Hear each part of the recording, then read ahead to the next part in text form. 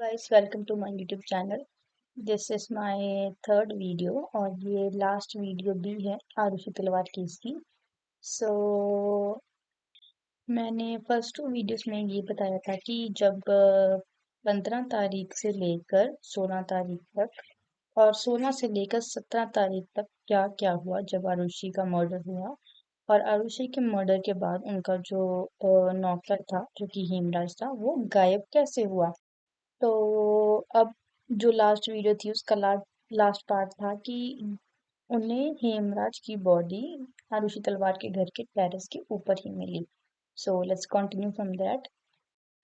तो जब हेमराज की बॉडी उनको आरुषि तलवार की टेरेस पर मिली तो एक्चुअली हेमराज को रिकॉग्नाइज नहीं कर पा रहा था कोई। तो हेमराज का एक फ्रेंड था, उसने रिकॉग्नाइज किया कि ये तो हेमराज है। तो तब आरुषि तलवार के जो पेरेंट्स थे, मॉम एंड डैड थे, राजेश एंड नुपुर तलवार, वो आरुषि की अस्थियां लेकर विसर्जित करने के लिए निकल चुके थे। तो तब पुलिस ने आरुषि के पेरेंट्स को कॉल किया और उन्होंने कहा कि आप वापस घर पे आइए और हमें आपसे कुछ पूछताछ करनी है, आप कुछ बताना है। तो वो वापस घर पर आए, लेकिन जब वो घर पर आए तब सिर्फ राजेश तलवार अपनी गाड़ी से बाहर निकले, नुपुर अपनी गाड़ी से बाहर नहीं निकली। उसने कहा कि मेरे पास मेरी बेटी की अस्थियां हैं और मैं ये अस्थियां अपने घर पर वापस लेकर नहीं जाना चाहती, यहाँ वहां पर जहाँ पर आरुषि का मर्डर हुआ था। तो फिर पुलिस राजेश को टेरेस पर लेकर गई और उन्हें दिखाया कि जो हेमराज था उसका भी मर्डर हो चुका है और वो उसकी लाश जो टेरेस पर पड़ी थी। तो जब ये सब हुआ तब जब उन लोगों ने देखा, पुलिस ने जब दरवाजा खोला था तब ना एक राइट हैंड साइड पर एक दीवार थी, वहां पर एक हाथ था, खून से सना हुआ हाथ। तो जहां तक मुझे पता है जो एविडेंस होते हैं वो ऑलमोस्ट सभी लिए जाते हैं, लेकिन वो हाथ का जो प्रिंट था वो किसी ने भी नहीं लिया तब जब उसको लेने की जरूरत थी। तो किसी ने नहीं लिया और ये एक इम्पोर्टेंट एविडेंस भी था। जब ये सब हुआ तब उसके बाद पुलिस ने बहुत टाइम ट्राई किया लेकिन उनसे केस सॉल्व नहीं हुआ। तो यहाँ पर एक बात है, जब हेमराज की बॉडी पुलिस को मिली थी तब उन लोगों ने हेमराज की बॉडी के साथ ऐसा सलूक किया था जैसे कि वो एक ह्यूमन बीइंग नहीं है, वो सिर्फ एक चीज है जिसको यहाँ से लेकर वहां पर और वहां से लेकर यहाँ पर सिर्फ घसीटा जा रहा था। तो जब हेमराज की बॉडी को फॉरेंसिक लैब लेकर जाना था तब उनके पास कोई जो स्ट्रेचर वगैरह होते थे कुछ भी नहीं था। उन्होंने उसकी बॉडी को एक चादर में लपेट कर उठाकर लेकर गए और सब लोग ये बात देख रहे थे कि वो एक ह्यूमन बीइंग के साथ कैसा कर रहे हैं। चाहे उसकी मौत हो गई है लेकिन मौत के होने के बाद भी उसके साथ ऐसा सलूक कर रहे हैं क्योंकि वो एक नेपाली था, सिर्फ इसी के लिए। तो जब फॉरेंसिक रिपोर्ट आई हेमराज की तब ये पता चला कि हेमराज की डेथ एग्जैक्टली सेम तरीके से हुई थी जैसे कि आरुषि की डेथ हुई थी, कि जो उनके सर पर चोट लगी थी उसकी वजह से उसकी मौत हुई थी और बाद में उसका गला काटा गया था। और इसी डक से लेकर गैस के सेंटर तक हेमराज को घसीटने के निशान थे क्योंकि वहां पर सारा खून ही खून था और सीढ़ियों पर भी खून था। तो ये बात तो पक्का थी कि हेमराज को तलवार के घर में ही मारा गया है और मारकर उसके बाद उसको ऊपर टेरेस पर लाया गया है। तो क्या हुआ था कि जब वो रिपोर्ट आई थी उसमें एक और बात थी कि जो हेमराज है उसकी बॉडी में कोई भी खाना नहीं पाया गया, सिर्फ लिक्विड पाया गया है, जो कि एक्चुअली रिलेटिव वेट था क्योंकि हमेशा की तरह हेमराज रात को तलवार को खाना खिलाकर बाद में खाता था और उसकी एक्चुअली जो खाने की भरी प्लेट थी वो उसके कमरे में पड़ी थी। उसने सिर्फ लिक्विड पिया था जिसमें अल्कोहल नहीं थे, सिर्फ वाटर था। और ये बात भी पता चली कि हेमराज की मौत भी आरुषि की तरह 12 से लेकर 2 के बीच में हुई।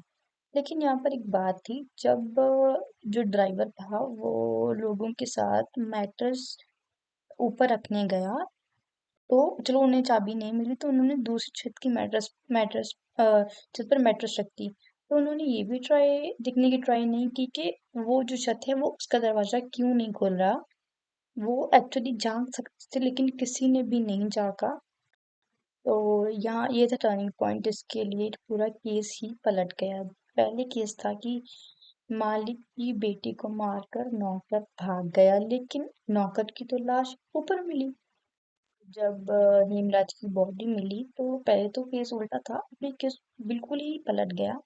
और ये केस ऐसा हुआ कि पुलिस की पहली थ्योरी थी, सेकंड थ्योरी थी एक्चुअली। सेकंड थ्योरी ये थी कि जो एक उन्होंने मेन कैरेक्टर ढूंढा जो था विष्णु शर्मा, जो कि था जो कि एक्चुअली हेमराज उसकी जगह पर विष्णु शर्मा की जगह पर आया था, क्योंकि जब भी विष्णु शर्मा नेपाल जाता था वो अपनी जगह पर किसी न किसी को रख देता था।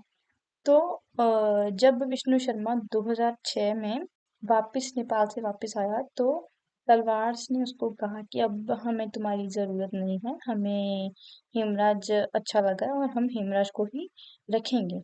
तो पुलिस ने सोचा कि शायद विष्णु शर्मा ने हेमराज को और आरुषि को मारा है, क्योंकि उसकी जो नौकरी थी एक्चुअली वो नौकरी तो विष्णु की थी, तो विष्णु की नौकरी हेमराज ने छीन ली है। लेकिन पर यहाँ पर तो था कि जो विष्णु शर्मा वो तो नेपाल में ही था तब भी, और उसके बाद भी वो नेपाल में ही था। और इस समय एक्चुअली एक और स्टोरी चल रही थी कि तलवार ने ही, मतलब राजेश और नुपुर तलवार ने ही अपनी बेटी का कत्ल किया है।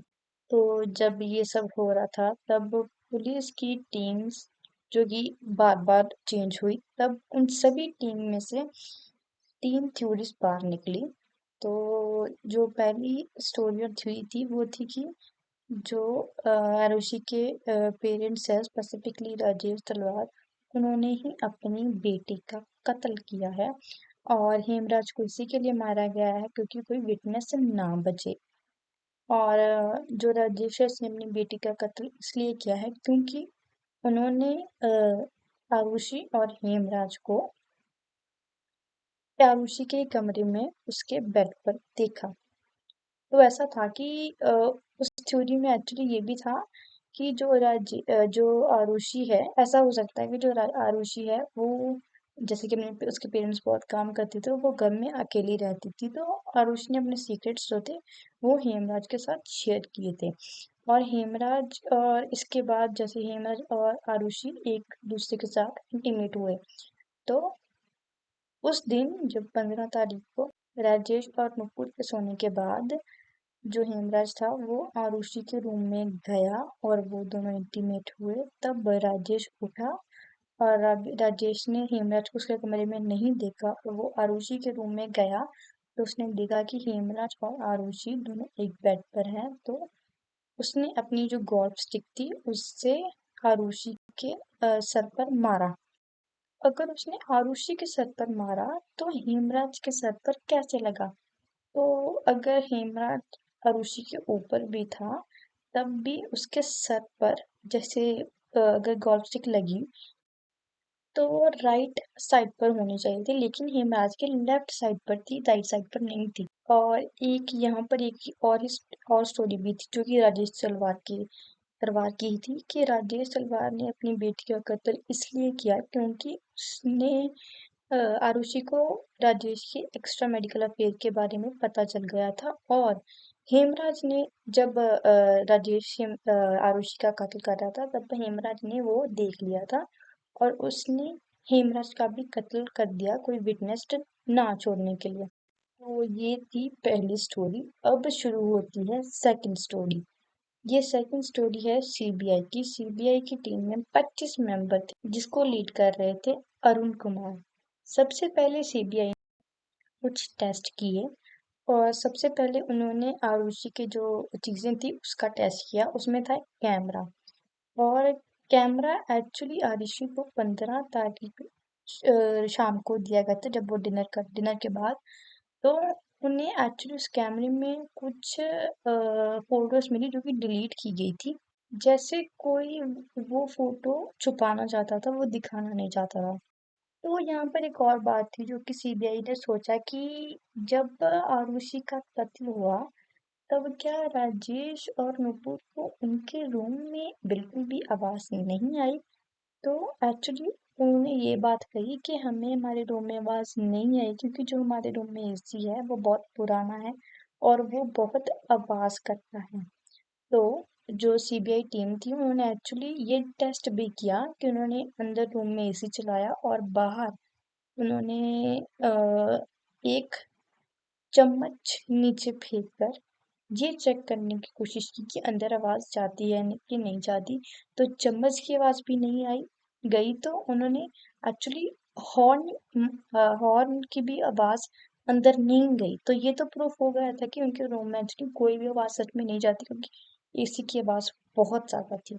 तो अब थी एक और स्टोरी जो कि सेकंड स्टोरी के साथ रिलेटेड थी और ये स्टोरी ये थी कि डॉक्टर राजेश के क्लिनिक में एक लड़का काम करता था कि 13 मई को जस्ट 2 डे लेटर कि राजेश तलवार के जो ऑफिस में था आई मीन क्लिनिक में था एक कृष्णा नाम का लड़का काम करता था।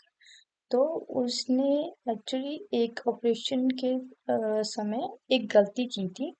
तो राजेश ने उसे बहुत डांटा और उस गलती और उसे काम से निकाल दिया। तो जो कृष्णा था उसने बदला लेने के लिए आरुषि का मर्डर कर दिया हेमराज के साथ मिलकर क्योंकि हेमराज और कृष्णा फ्रेंड्स थे। तो जब कृष्णा के एक्चुअली जो ट्रूथ टेस्ट हो रहे थे तो उन्होंने एक्चुअली उसको थोड़ा सा ड्रग्स दिए थे और चेक करने की कोशिश की थी कि वो ड्रग की हालत में कैसा रिएक्ट करता है वो कैसा बोलता है। तो उसने एक्चुअली वो ही स्टोरी बताई जो कि मीडिया ने बताई थी कि आरुषि और हेमराज में कुछ संबंध थे। इसी के लिए राजेश ने आरुषि और हेमराज का कत्ल कर दिया। लेकिन लेकिन जब सीबीआई ने हेमराज का कमरा चेक किया था तब उन्हें हेमराज के अलावा एक से ज्यादा आदमी होने के एविडेंस मिले थे। तो ये तो शायद प्रूफ ही था कि जो कृष्णा है वो हेमराज के साथ था हेमराज के रूम में। तो कीपिंग दिस उन्होंने एक्चुअली और लोग ढूंढने शुरू किए। तो जो सेकंड स्टोरी थी वो ये बन रही थी कि जो हेमराज के रूम में एक से ज्यादा दो से ज्यादा लोग थे क्योंकि हेमराज था कृष्णा था और भी लोग थे। तो उन्होंने शराब पी और जब शराब खत्म हो गई तो कृष्णा ने फोर्स किया हेमराज को कि शराब और लेकर आओ। तो हेमराज ने उसे ना ना करते हुए जो राजेश था उसके वाइन कलेक्शन में से स्कॉच निकाली और स्कॉच पी। सबने पी। स्कॉच पीने के बाद वो लोग आरुषि के रूम में गए और उन्होंने आरुषि के साथ जबरदस्ती की और हेमराज आरुषि को बचाते बचाते हेमराज के सर पर उन्होंने मारा और हेमराज का कत्ल हो गया और आरुषि के साथ जबरदस्ती करने के बाद आरुषि का भी मर्डर कर दिया गया। यहाँ पर एक्चुअली एक बात थी कि एक दिन पहले 15 मई से पहले 14 मई को हेमराज ने अपनी पड़ोस वाली एक लेडी के साथ बात की और उसने कहा कि जो भी मेरे कांटेक्ट में लोग हैं वो मैं खतरे में हैं। जो मेरी फैमिली में लोग हैं वो खतरे में हैं। और उस लेडी ने एक्चुअली हेमराज को कहा तुम अपने मालिक से ये बात क्यों नहीं करते या फिर तुम पुलिस को भी ये बात क्यों नहीं कहते। तो हेमराज ने ये कहा कि पुलिस या फिर मेरा मालिक इस बात में मेरी कोई भी मदद नहीं कर सकते। तो फिर से दोबारा से राजेश और जो नुपुर थे उनका नार्को टेस्ट हुआ। तो वो एक्चुअली फिर दोबारा से नेगेटिव निकला तो वो फिर दोबारा से सेफ हो गए। लेकिन इन्वेस्टिगेशन जब हो रही थी तब उनको कृष्णा के घर में से एक पिल्लो मिला पिल्लो कवर जिसके ऊपर थोड़े खून के धब्बे थे। तो फिर दोबारा से पुलिस ने एक स्टोरी बनाई कि जब कृष्णा आरुषि का कत्ल कर कर आया था तब कत्ल करने के बाद वो अपने रूम में आया और उसने जब वो खून वगैरह साफ करने के पहले वो अपने बेड पर लेटा और उसका जो हाथ पर खून लगा था वो पिलो कवर को लग गया था। लेकिन कृष्णा जिस घर में रहता था वो एक्चुअली इतना छोटा था कि वो सभी एक रूम में ही रहते थे। तो कृष्णा किसी की नजर से बच नहीं सकता था अगर उसके पर उसके कपड़े पर या फिर किसी चीज पर खून लगा होता। लेकिन वो एक्चुअली हुआ था क्योंकि कृष्णा के घर से ही उनको पिलो कवर पर खून लगा हुआ था और कृष्णा के जो घर वाले थे वो उसको बचाने के लिए झूठ बोल रहे थे कि कृष्णा को उन्होंने नहीं देखा या फिर कृष्णा के कपड़ों पर खून नहीं लगा था। तो यहाँ पर एक्चुअली मैंने आपको फर्स्ट पार्ट में ये बात बताई थी कि जो वाईफाई का राउटर था जो कि आरुषि के रूम में था वो बार बार ऑन ऑफ होता था, तो जो नुपुर थी उसको जाना पड़ता था वो ऑन करने के लिए क्योंकि राजेश अपने लैपटॉप पर ईमेल सेंड कर रहा था। तो यहाँ बात थी कि जो राजेश की स्टोरी थी कि उसने 12 बजे के बाद में 12:08 पर उसका इंटरनेट ऑफ हुआ और उसने काम छोड़कर वो सो गया। लेकिन जो इंटरनेट था वो एक्चुअली 12 बजे के बाद में भी यूज हो रहा था, 12 बजे से लेकर 2 बजे तक यूज हो रहा था। और उसके बाद वो जो इंटरनेट था 2 बजे बंद हो गया और सुबह 6 बजे चालू हुआ दोबारा से। तो फिर तलवार ने ये कहा कि जो ये इंटरनेट राउटर है वो ऑन ऑफ होता है, तो ये पावर कट की वजह से ये बंद हो गया होगा और इसी के लिए ये दोबारा से जब ऑन हुआ तो इसका इंटरनेट शुरू हो गया। लेकिन उस दिन उस एरिया में पावर कट हुआ ही नहीं था, तो ऐसा कैसे हो सकता है? तो एट दी एंड जो थर्ड स्टोरी ये निकली थी कि जो तलवार हैं उन्होंने ही अपने बेटे का कत्ल किया था और इनके खिलाफ ये सबूत निकले थे कि जो पहला था कि जब जो उनकी काम वाली थी भारती मंडल वो घर पर आई थी काम करने के लिए, तो नुपुर ने दरवाजा नहीं खोला, तो उसने ये फ्रेम करने की कोशिश की कि भारती उस केस का पहला गवाह बन जाए कि मैंने देखा था कि आरुषि के पेरेंट्स ने वो कैसे रो रहे थे वगैरह वगैरह, कि वो पहला गवाह बन जाए। क्योंकि जब भारती खुद ऊपर गई तो उसने धक्का ही लगाया था डोर, तो वो डोर खुल गया था और ये डोर नुपुर से नहीं खुला था लेकिन भारती से खुल गया था। सेकंड ये था कि जब आरुषि की बॉडी को लेकर गए फार्मेसी के लिए तब राजेश ने पूरा घर क्लीन करवा दिया था। तो जब घर क्लीन होता है तो सारे के सारे एविडेंस मिट जाते हैं, तो उसने पूरा का पूरा घर क्लीन करवा दिया था। तो थर्ड स्टोरी ये निकली थी कि राजेश ने एक्चुअली क्रीमेशन के लिए भी बहुत फोर्स किया था कि उसकी जल्दी से जल्दी करवा दे, कि शायद राजेश को किसी बात का डर था कि ये जो चीज थी, जो कोई भी एविडेंस था वो बाहर ना आ जाए। तो अभी तक 2023 तक ये केस अभी तक ये सॉल्व नहीं हुआ, ये पता ही नहीं चला है किसने किसको मारा। और यहाँ पर एक और बात थी कि जो भारती मंडल थी जब उसका इंटरव्यू हुआ था तब उसने ये बात कही थी कि मैं आपको वैसा ही बता रही हूँ जैसा मुझे सिखाया गया है, कि ये नहीं कि जैसा मैंने देखा है, जैसा मुझे सिखाया गया है। तो ये बात उसने क्यों कही? तलवार ने सच में उसे कुछ सिखाया था कि अगर, क्योंकि अगर ये कुछ भी उसने देखा होता तो वो ये बात कहती ना कि मैंने ये चीज देखी है, लेकिन उसने कहा कि मैं आपको वो बता रही हूँ जो मुझे सिखाया गया है। तो उनका जो लास्ट ट्रायल था वो 2011 से लेकर 2013 तक चला था। ये ट्रायल बहुत ही लंबा था और कोर्ट ने 2013 में राजेश और नुपुर तलवार को लाइफ इम्प्रिजनमेंट की सजा सुना दी और उसके 2 महीने बाद तलवार ने दोबारा से केस कर दिया।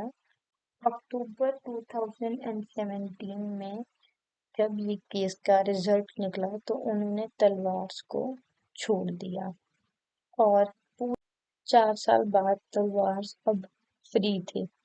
तो यहाँ पर एक्चुअली ये बात थी कि क्या एक बाप अपनी बेटी को मार सकता है, और अगर उन्होंने नहीं मारा तो उनको आरुषि की डेथ के बाद में इतना कुछ क्यों झेलना पड़ा?